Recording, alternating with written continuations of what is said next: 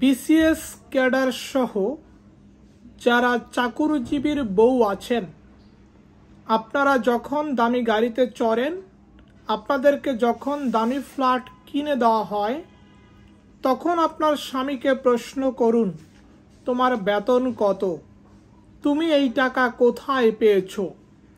আপনাকে যখন দামি শাড়ি দেয়, জন্মদিনে যখন আপনাকে 5 লাখ টাকার অলংকার দেয়, আপনি আপনার স্বামীকে জিজ্ঞেস করুন, এই টাকা তুমি কোথায় পাও, তোমার বেতন তো এই টাকা। যখন হঠাৎ করে আপনার স্বামী 10 লাখ টাকার জমি কিনে, তখন আপনার স্বামীকে জিজ্ঞেস করুন, এই টাকা তুমি কোথায় পেলে, তোমার বেতন তো সামান্য কয়েক হাজার টাকা।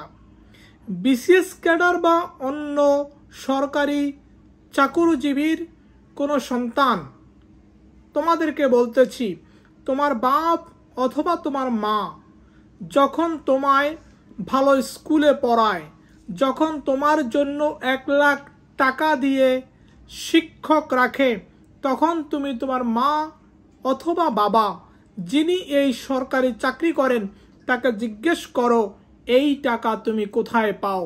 যখন তোমার জন্য শিক্ষক রাখা হয় বাসাতে 5 সাবজেক্টের এবং প্রতিজন শিক্ষককে 10,000 টাকা করে মাসে দেওয়া হয়, তখন তোমার সেই মা অথবা বাবাকে জিজ্ঞেস করো, এই টাকাগুলো তুমি কোথায় পাও। আমার মনে হয় যেসব বউ অথবা সন্তান রয়েছেন, আপনারা যারা ভিডিও দেখতেছেন এবং সরকারি চাকরিজীবীর বউ অথবা সন্তান, আপনারা প্রত্যেকে ঘুষখোরের বউ অথবা সন্তান কিনা নিজেদেরকে প্রশ্ন করুন।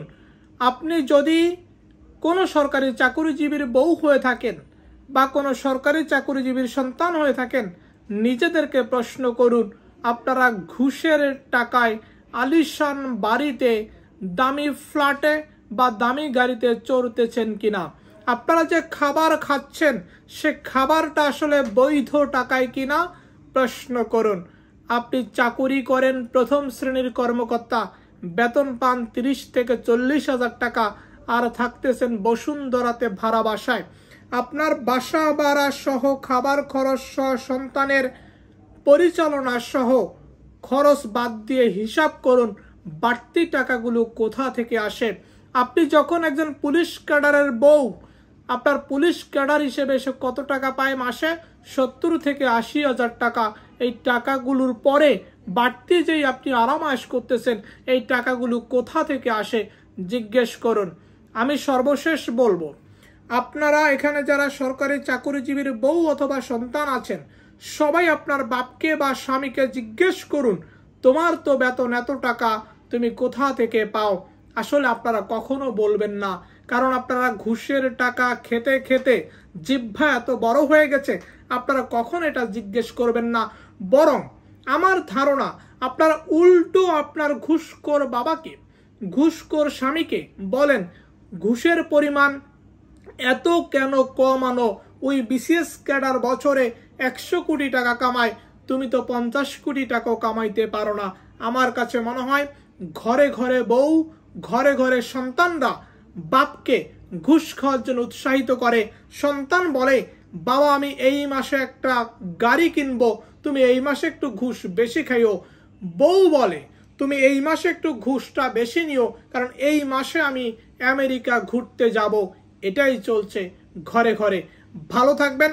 প্রতিটি সন্তান এবং প্রতিটি ঘুষখোরের ওয়াইফদেরকে বলবো, আপনারা কোন টাকায় বড় হচ্ছেন, কোন টাকায় খাবার খাচ্ছেন, কোন টাকায় বাসা ভাড়া দিচ্ছেন, কোন টাকায় বাহাদুরি করতেছেন, নিজেদেরকে প্রশ্ন করুন। ঘরের স্বামীকে প্রশ্ন করুন, ঘরের বাপকে প্রশ্ন করুন।